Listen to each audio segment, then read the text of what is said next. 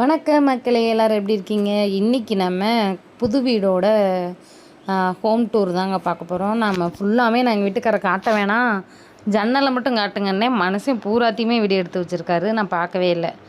நான் அவரை எடுங்கன்னு சொல்லிட்டு நான் வேலையை கொஞ்சம் அங்கிட்ட இங்கிட்ட ஜன்னல்லாம் நேற்று தான் வச்சாங்க. சரி எப்படி இருக்குன்னு பார்த்துக்கிட்டு இருந்தேன். மனுஷன் அதுக்குள்ளே எல்லாத்தையும் வீடே காமிச்சிட்டாரு.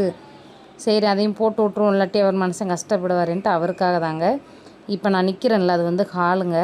இது வந்து சாமி மாடம். இப்போ வந்து சும்மா வயரிங் ஒர்க் நடந்தது, அந்த எலக்ட்ரிக்கு பைப் லைன் மட்டும் நடந்திருக்கு, இன்னும் வயரிங்லாம் பண்ணலை. இது வந்து ஒரு சாமி விளக்கேற்றுனது அன்றைக்கி நிலவாசல் வைக்கும்போது வச்சதுன்னு எடுத்துகிட்டு போல். இப்போ வீட்டுக்கு வந்துட்டு இன்னும் எடுத்துகிட்டு வரல. இது வந்து ஒரு பெரிய பெட்ரூமுங்க. பெருசுனா ரொம்பலாம் பெருசு இல்லைங்க, எங்கள் வசதிக்கு ஏற்ற மாதிரி. இது ஒரு பெரிய பெட்ரூமு, அதுக்குள்ளேயே ஒரு அட்டாச்சு பாத்ரூமு. நான் எப்படியாவது வந்து ஒரு வெஸ்டர்ன் டாய்லெட்டு வச்சிடணும்னு நினச்சிக்கிட்டு இருக்கேன். இப்போ நான் நிற்கிறேன் பார்த்திங்களா, இது வந்து 2வது பெட்ரூமு. இது வந்து கொஞ்சம் சின்ன ரூமாக இருக்கும். இதுக்குள்ளே பீரோ இதெல்லாம் வச்சுக்கலான்ட்டு நினச்சிக்கிட்டு இருக்கேன். அது நம்ம வந்ததுக்கப்புறம் அமைப்பு எப்படின்னு பார்ப்போம். இங்கே ஒரு ஜன்னல் இருக்குது, பார்த்துக்கோங்க. எல்லாத்துலேயுமே 3 கதவு வச்சாச்சுங்க. இங்கே மேலே வந்து ஒரு ஸ்லாப் இருக்குது.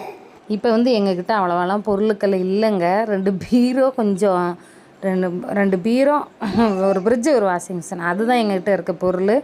ரொம்பலாம் இல்லை. இனிமேல் பிள்ளையக்கண்டு வளர பொருட்கள் வந்தால் வச்சுக்கிடுவோம். இது வந்து இன்னொரு பாத்ரூமுங்க. இது தாங்க கிச்சன். எனக்கு ரொம்ப கிச்சனு தாங்க, அதை பற்றி நான் யோசிச்சுட்டே இருந்தேன். ஏன்னா ஜன்னலுக்கு 3 கதவு வச்சுட்டேன் எல்லாத்துக்குமே. அது எங்கள் வீட்டுக்கார் வந்து உள்ளே திறக்கிற மாதிரி வச்சுட்டேன்ட்டு ரொம்ப வருத்தப்பட்டுக்கிட்டே இருந்தார். அதெல்லாம் ஒன்றும் இல்லை, விடுங்க, உள்ளே திறக்கிற மாதிரி இருந்தால் என்ன, அதனால் ஒன்றும் இல்லை அப்படின்ட்டு அவர் சமாதானப்படுத்திட்டு, இல்லை ஒரு வேளை வெளியில் வச்சா நல்லா இருந்திருக்குமோ அப்படின்னாரு. அதெல்லாம் ஒன்றும் இல்லை அப்படின்ட்டு சரி வச்சாச்சில்ல. வச்சதுக்கப்புறம் நம்ம யோசிச்சு என்ன செய்ய முடியும்? ஒன்றும் செய்ய முடியாதுல்ல. உள்ளே திறக்கிறது நல்லது தான். நாளைக்கு பக்கத்தில் இந்த பக்கம் யாராவது வீடு கட்டினாங்கன்னா ஜன்னல் திறக்கிறது வைக்கிறதுன்னு யாரும் நினைக்க மாட்டாங்கல்ல. இது வந்து இதுதாங்க தாவாரம். இப்போ வந்து எங்கள் வீட்டுக்கார் மாடி பிடிக்க போயிருக்காரு. இதெல்லாம் நான் பார்க்கவே இல்லை, அவர் எடுத்ததே எனக்கு தெரியாது. அதுக்கப்புறம் தான் பார்த்தேன். இங்கே வந்து இந்த கம்பியில் வைக்கலாம் கைப்பிடி, இந்த சிலுவராது இரும்பா எனக்கு தெரியலைங்க. அந்த மாதிரி இந்த கைப்பிடி, இரும்பு கைப்பிடி வச்சு அந்த கம்பி மூலியமாக வைக்கலான்ட்டு அவருக்கு ஒரு ஆசை. சரி அவர் ஆசைப்படியே போயிடும் அப்படின்ட்டு யோசிச்சுக்கிட்டு இருக்கு. காசு இருக்கும்போது வச்சுக்கிடுவோம், இப்போதைக்கு எதுவும் வைக்கலைங்க. இங்கே மாடிக்கு வந்ததுக்கப்புறம் தான் கூப்பிட்டாங்க, சரின்ட்டு நாங்களுமே வந்துட்டோம். இதுங்களில் வந்து ஒரு கண்ணாடி மாதிரி வைக்கணும்னு அவருக்கு ஆசை எங்கள் வீட்டுக்காருக்கு. மனுஷன் இதிலலாம் நடந்து வந்திருக்கார் பாருங்க.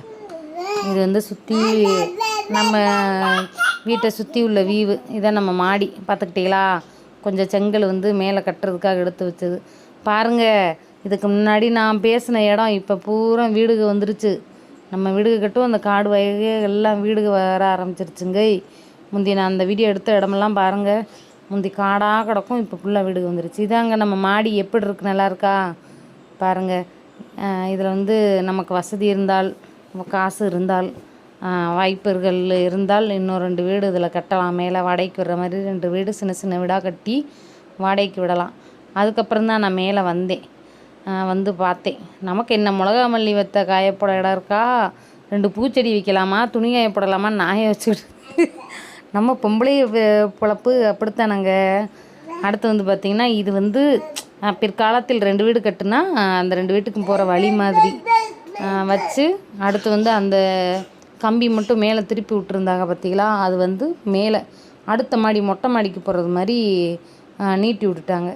அதற்கு பார்த்திங்களா, நான் நிற்கிறேன்ல, அதுக்கு நேராக உள்ள கம்பி வந்து அடுத்த மாடிக்கு போகிறது மாதிரி. மேலே வந்து சரியான வெயில். நம்ம வந்து வேப்ப மரம் வச்சுருக்கிறதுனால கொஞ்சம் வெயிலுக்கு அவ்வளோவா இல்லைங்க அந்த சைடு. இப்போ அப்படியே நாங்களாம் எங்கள் வீட்டுக்கார கீழே இறங்கிட்டார்.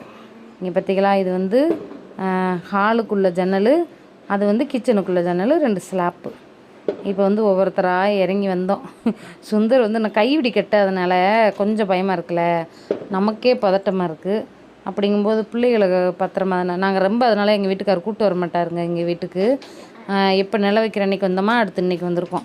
இன்னும் பாருங்கள், எப்போயாவது தான் நாங்கள் போவோம். ஏன்னா பிள்ளைய படக்குன்னு மேலே ஏறிடுவாங்கன்னு பயந்துக்கிட்டு கூப்பிட்டு வர்றதில்ல. இனி எங்கள் வீட்டுக்காரர் கூப்பிட்டு வர மாட்டாருன்னா பார்த்துக்கோங்களேன்.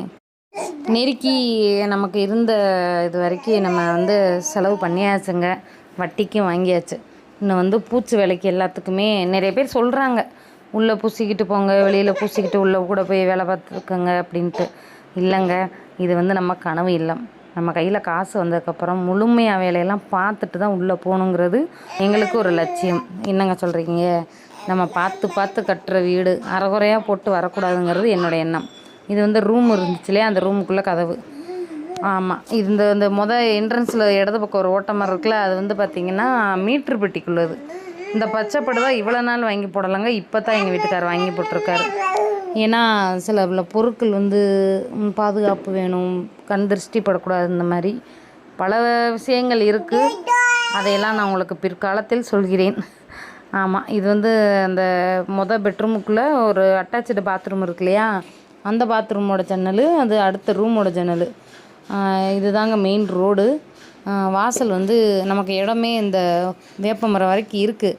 ஆனால் நம்ம அவ்வளோ தூரம் இழுத்துக்கிட்டுனா ரொம்ப செலவாகுன்ட்டு நம்ம விட்டுட்டோம். கொஞ்சம் அங்கிட்டு ஒரு மரங்கரம் செடி கிடி வைக்கணும்னா பிற்காலத்தில் வச்சுக்கலாம். அதுக்கான இடங்களும் படியில் உட்காரக்கூடாதுன்னு எனக்கும் தெரியும். இருந்தாலும் அப்புறம் வீடே ஈரமாக இருந்துச்சு. பாப்பா வேறு உச்சா போயிருச்சு ஜட்டியில். அதை கலாட்டிட்டு வேறு ஜட்டியை மாற்றி வர்றதுக்காக அதில் உட்காந்து எங்கள் வீட்டுக்காரர் எந்திரினார். சரின்னு எந்திரிச்சிட்டு வந்து மறுபடியும் வீட்டுக்குள்ளேயே வந்திருக்காரு. எதுக்கு வந்திருக்காரு, அந்த ஒரு ஜன்னல் இருக்குது பார்த்தீங்களா, இதை வந்து இன்னும் அங்கே வைக்கலை, ஃபிட் பண்ணலை, டைம் ஆயிடுச்சுன்னு போயிட்டாங்களாம் கொத்தனாரெலாம். அதனால் அந்த வீடு பூசுகிறப்பதே இங்கே ஒரு ஜன்னலை வந்து வைக்கணுன்ட்டு எடுத்து வச்சுருக்குறாங்க. மற்றபடி இந்த பாக்ஸுக்ஸ் எல்லாமே பதிச்சிட்டாங்க. இது வந்து இன்னொரு குட்டி ஜன்னல் மேலே, உங்களுக்கு பார்க்க பெருசாக தெரியும், ஆனால் அது சின்ன ஜன்னல் தான். இது வந்து சைடில் வச்சுருக்கு, அதுதான் மெயின் ஜன்னல் கிச்சனுக்கு. நம்மளை பிடிக்காதவங்க நினப்பாங்க என்னமோ அப்படின்ட்டு. நம்ம இதை கஷ்டப்பட்டு கருமாயப்பட்டு நம்ம எவ்வளோ கடனை உடனே வாங்கி இப்போ என்ன நிலமையில் இருக்குங்கிறது நமக்கு மட்டும்தான் தெரியும். நான் கடவுள்கிட்ட வேண்டிக்கிறது இன்னும் என்னென்னா, இன்னும் இந்த சொச்ச வேலையை முடிக்கிற அளவுக்கு எனக்கு உதவி செய்யுங்க கடவுளே அப்படின்ட்டு தான் நான் வேண்டிக்கிறேன். ஏன்னா 3/4 கிணறு ஏறி வந்துட்டோம், இன்னும் கொஞ்சோண்டு தான், அதையும் பிடிச்சி ஏறிட்டு மேலே வந்துடலாம். வீடு நல்லா பூசிட்டு எல்லா வேலையும் முடிச்சுட்டு தாங்க வரணும். ஏன்னா என் பழைய வீட்டை பார்த்தவங்களுக்கு தெரியும். இப்போ தான் நீங்கள் என் சேனல் பார்க்குறீங்கன்னா என்னுடைய கதை உங்களுக்கு புரியாது. என்ன இவங்க வீடெல்லாம் கட்டுறாங்களே அப்படின்ட்டு நீங்கள் நினைக்கலாம். என் பழைய வீடை போய் பார்த்துட்டு வந்துட்டு அதுக்கப்புறம் நீங்கள் வந்து இந்த வீட்டை பார்த்தீங்கன்னா, நான் வாழ்க்கையில் நானும் சொல்ல மாட்டேன், நாங்கள் எங்கள் குடும்பத்தோட ஏதோ ஒரு பெரிய சாதனைன்னு நீங்கள் நினைக்கலாம். ஏன்னா எங்கள் பழைய வீடு நாங்கள் அவ்வளோ கஷ்டப்பட்டு இருந்தோங்க. செவரெல்லாம் உடஞ்சி விழுந்து, அது வந்து கடவுள் புண்ணியம்தான். நானும் என் 2 பிள்ளைகளும் பழைச்சது. வயிற்றில் இப்போ பாப்பா வந்து அப்போ தான் கன்ஃபார்ம் ஆகி ஒரு வாரம் மொத்தம் 3 பிள்ளைங்க படுத்து தூங்குறோம். விடிஞ்சால் தீபாவளி. எங்கள் வீட்டுக்காரரில் கடை போட போயிட்டார். கடவுள் புண்ணியத்தில் அந்த செவரு வந்து அந்த பக்கம் வயலுக்குள்ளே இடிஞ்சு விழுந்துச்சு. வீட்டுக்குள்ளே விழுந்திருந்தால் இந்நேரம் எங்களை பார்த்துருக்க மாட்டேங்க. இது அவசகுணமாக நான் சொல்லலை, இயற்கை தான், எல்லாமே இயற்கை தான். அப்படிப்பட்ட இடத்துலேருந்து வீட்டுக்குள்ளெல்லாம் பாம்பு டெய்லி வரும் மழை பெஞ்சிச்சுன்னா. அதிலலாம் நான் வாழ்ந்து அனுபவப்பட்டு தான் நான் இந்த நிலைமைக்கு, அதுவும் நம்ம கையில் காசு வச்சுக்கிட்டுலாம் வரல, ஃபுல்லாமே நகை நட்டு அடகு வச்சு கொஞ்சம் இடத்த விற்ற காசு, அப்புறம் வந்து கடன் வாங்கியிருக்கு, எல்லாமே நம்ம உழைப்பில் வந்தது தாங்க. இன்னொன்று வந்து ஒரு அக்கா வந்து 5000 ரூபா, இன்னொரு அம்மா வந்து 5000 ரூபா கொடுத்தாங்க. இப்போ இல்லை, அவங்க கொடுத்து 1 மாதத்துக்கு மேலே இருக்கும். அந்த 10,000 ரூபா தாங்க யூடியூப் மூலியமாக எனக்கு கூட பழகினவங்க கொடுத்தது. மற்றபடி நான் யார்கிட்டையும் கேட்கவும் இல்லை, கேட்கவும் மாட்டேன். முழுக்க எங்களோட உழைப்பில் வந்தது தான். தயவு செஞ்சு யூடியூப் வந்தால் சம்பளம் வாங்கி வீடு கட்டலாம் நினப்பு வந்து யாருக்கும் வந்துட வேண்டாம். இது எல்லாமே நாங்கள் எங்கள் கடன் வாங்கி நாங்கள் கட்டினது தான்.